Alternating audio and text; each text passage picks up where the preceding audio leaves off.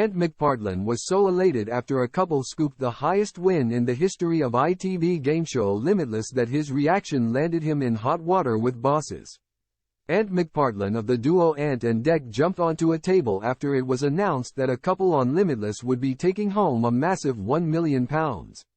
The win represents the biggest prize in the entire history of the ITV show, and hyperventilating Ant got a telling off after he allowed his emotions to get the better of him and leapt onto the furniture. It was quite a chunk of money, so it was a real gamble. That's why I jumped on the desk, even though I did get told off, a sheepish Ant admitted after the show.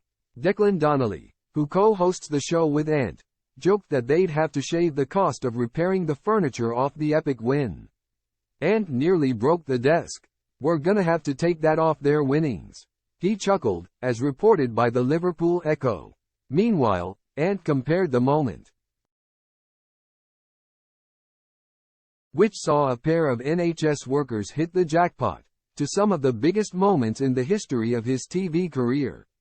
"We've been involved thankfully in some gloriously epic Saturday night TV," he mused. The Will and Gareth Pop Idol final, Susan Boyle and Diversity on BGT. The atmosphere in the studio was as electric as those. Charlie, who is a finance manager for the NHS, and Helen, who is a communications manager at the same company, were even more elated on the big day. The pair admitted their kids have high expectations for how they would spend the money, as they have their hearts set on a luxurious villa in Mexico with staff to run it for them. Helen and Charlie have more down-to-earth ambitions, including investing the money in their children's education and futures. However, they also vowed they'd return to Hawaii, where they had their honeymoon, but this time with their kids in tow. The lucky question on the board was, 2024 marks how many years since Blur beat Oasis to the UK #1 spot with the song Country House?